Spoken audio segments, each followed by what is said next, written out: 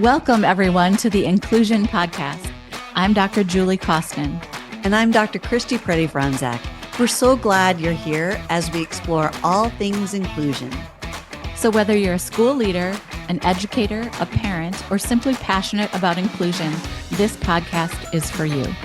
In each episode, we go beyond the usual conversations, diving into what truly makes inclusive education work.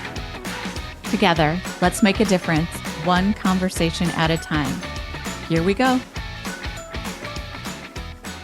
Welcome to our special episode of the Inclusion Podcast, and it is about the behavior reset that every school leader needs.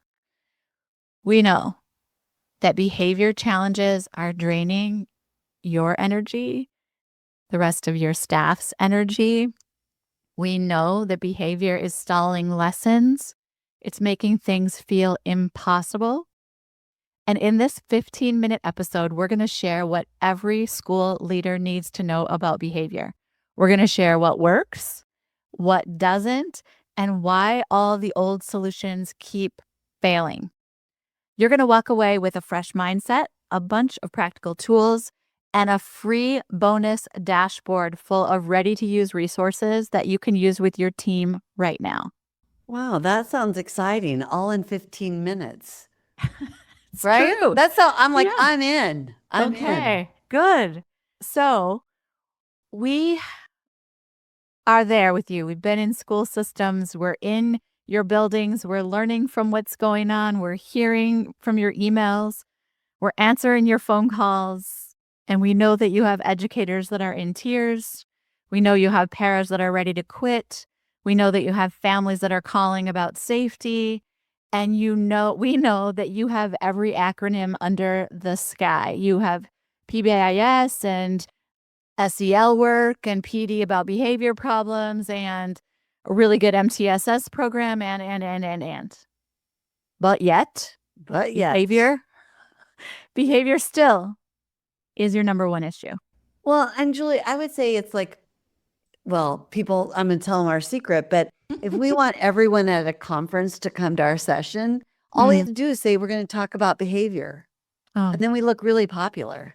I know. People are like, these two are amazing because everyone comes to their session. And it's true, we're amazing. And people do come to our session because we're amazing, but also because we're giving real strategies about behavior. And it's true that we're all always looking for strategies that will work, because if anybody's been in this field more than a hot minute, you know that what you learned in school probably didn't work. You learned what last year worked doesn't work this year. And so what we've got to do is figure out what about the PD that we've done before or the things we have in place aren't working. And so let's talk a little bit about some of the issues, like we're still using outdated practices. Like we still, our go-to is, we might call it, we're going to take a brain break, but we're still saying, let's leave the room or go somewhere else. I would definitely say the theme is punishment over support, and we're still doing public shaming in behavior charts. So just as a whole, we're still doing outdated practices and wondering why they're not working. What else, Julie, do you think is going on and why we don't have what we need yet? We're offering professional development that's just like this one-time thing, where it might be this presenter who comes and stands in our auditorium and is delightful, and they're there for 90 minutes, and then we all leave and go back to our classrooms and do things the exact same way. And so ideas are only shared once. There's not any follow-up, and people don't kind of create a shared language or understanding, a shared understanding of this work. And I think, Julie, that leads to what we call resistance or literal eye rolls, because, one person or one building leader or one consultant is saying, ignore the behavior. Somebody else is saying, no, focus on relationships. And then the teacher's like, what is it you want me to do? Right. And so without that shared understanding and that really, really clear message to folks, it's confusing. And then you add confusion to no bandwidth. So we know how many things educators are expected to do on the daily basis. And it's like now we're adding something confusing on top of educators who can barely have time to use the restroom, much less create a really meaningful behavior plan. Right. And then we spend so much time doing the plan, but then who's there to make sure that it actually worked? Nobody wants to go back and revise it because how painful it was the first time. And there's not always like a roadmap that says, here's my plan.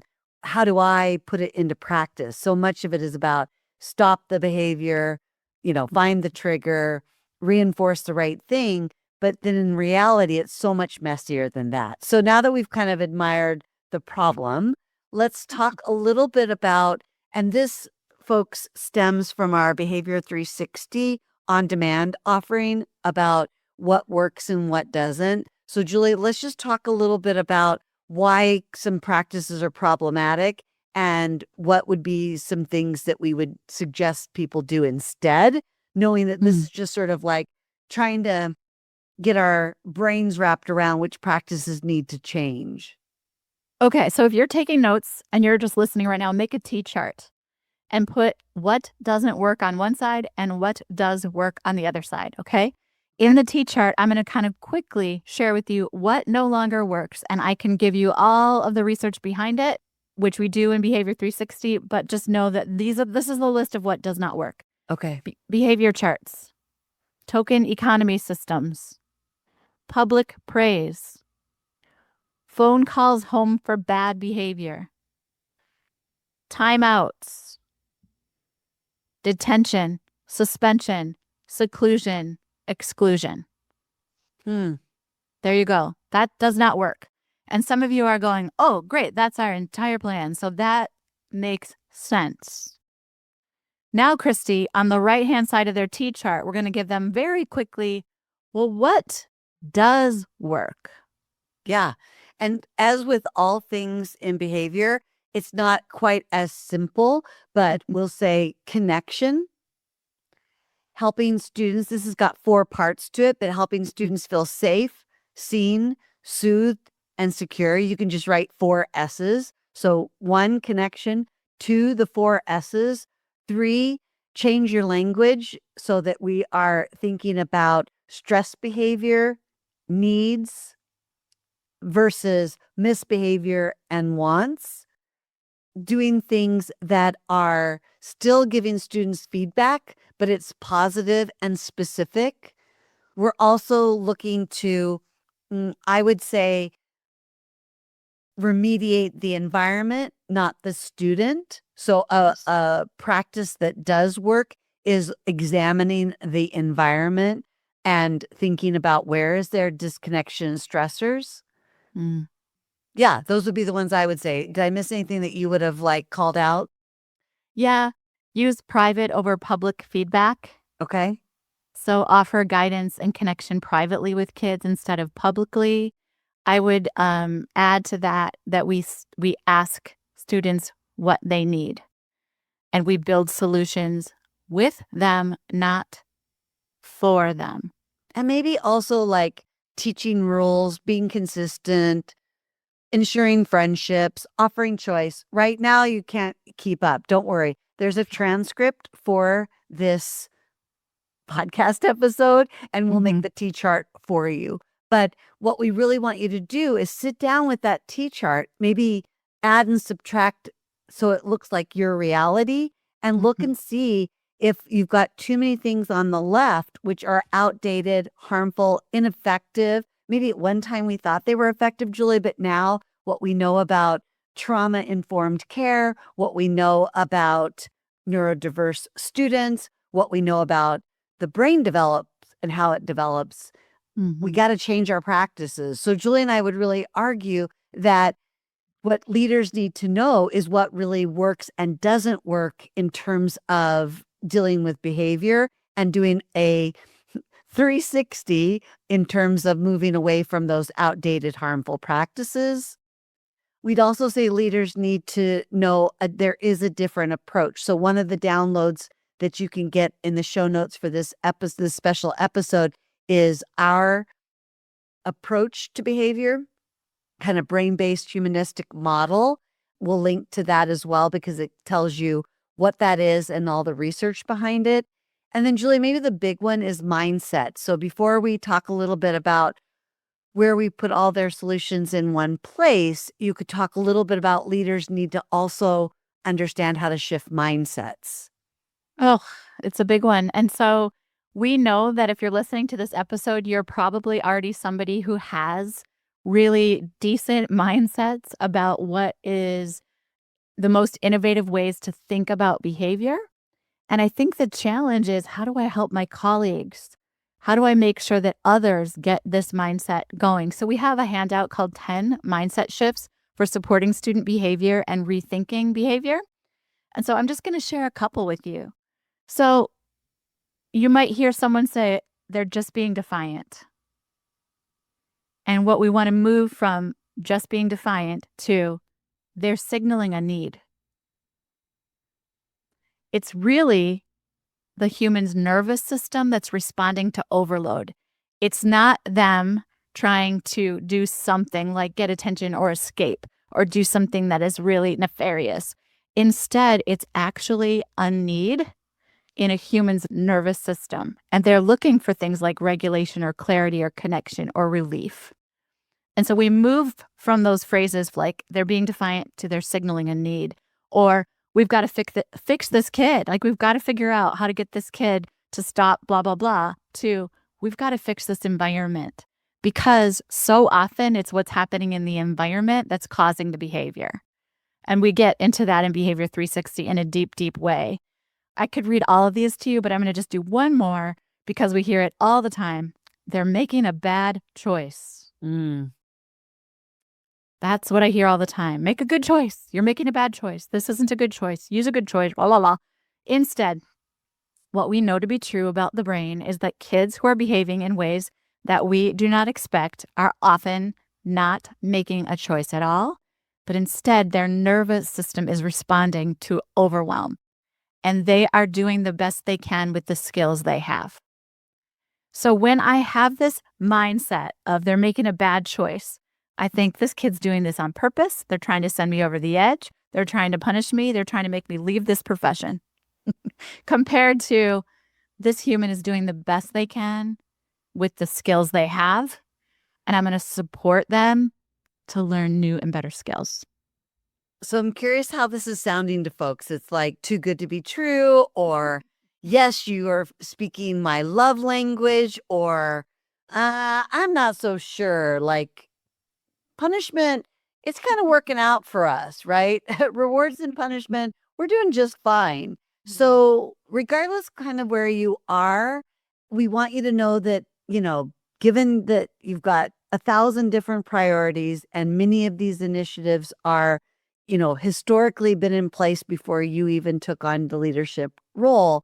And what you need are tools that you can present to your staff and your team tomorrow. So associated with this special episode is a Behavior 360 bonus dashboard. So Behavior 360 is an on-demand offering that Julie and I have for pre-K-12 educators that are everything we've talked about and so much more. Hours and hours of very consumable content that's the very latest about how to support staff in supporting students with behaviors that are challenging. So to get you started, we have this Behavior 360 bonus dashboard. And everything we've talked about, from the T-chart to the 10 ways to shift mindsets to the research, is found on that dashboard. So Julie, Wait, Christy, go. Is this for free? Like I just go there and I get it and I can have all this stuff? Yeah, all you need to do is go to the following website or URL. So you're going to go to inclusiveschooling.com / and these are going to be numbers 360-podcast. So it's about Behavior 360 and it's in the Inclusion Podcast. So it's inclusiveschooling.com / 360-podcast. Enter your name, your email, and you'll get immediate access to the bonus dashboard. And you Okay. can share it with anyone you want. Share it. Like they didn't have to come to listen to this podcast. You can just give it to people. Yeah, just give them inclusiveschooling.com/360-podcast. Okay, I'm jazzed because I've spent a lot of time looking at this right before the episode, and I was like, this is going to really solve a lot of problems just to begin with. This is really going to help so many people immediately just looking at these mindset shifts, just looking at these pieces. So I'm going to just tell you that this Behavior 360 that Christy's been mentioning is a lot of important things. It is short, little trainings because nobody has time for big, long trainings. It has mindset and strategy mixed together. It is ready to go to use in your PLCs, in your staff meetings. It's on demand. Educators can do it on their own time. They can do it during staff meeting time, during training time. And it's built for teams, not just individuals. So essentially, you're going to want to invest in Behavior 360 so that everybody can have the same language, the understanding, and the communication and the skills and the strategies about how to do this work effectively.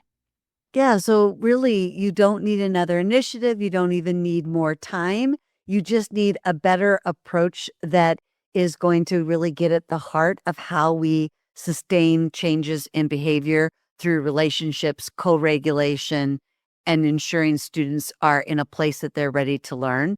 And you could start that by accessing that free 360 bonus dashboard. And then that will allow you to start leading with change in a way that doesn't burn your staff out or yourself. Thank you for tuning in, and don't forget to subscribe and catch up on past episodes where we share valuable insights, straight talk, and practical steps to challenge outdated special education practices. You can find every episode with the show notes at inclusiveschooling.com/inclusion-podcast to build more inclusive schools together.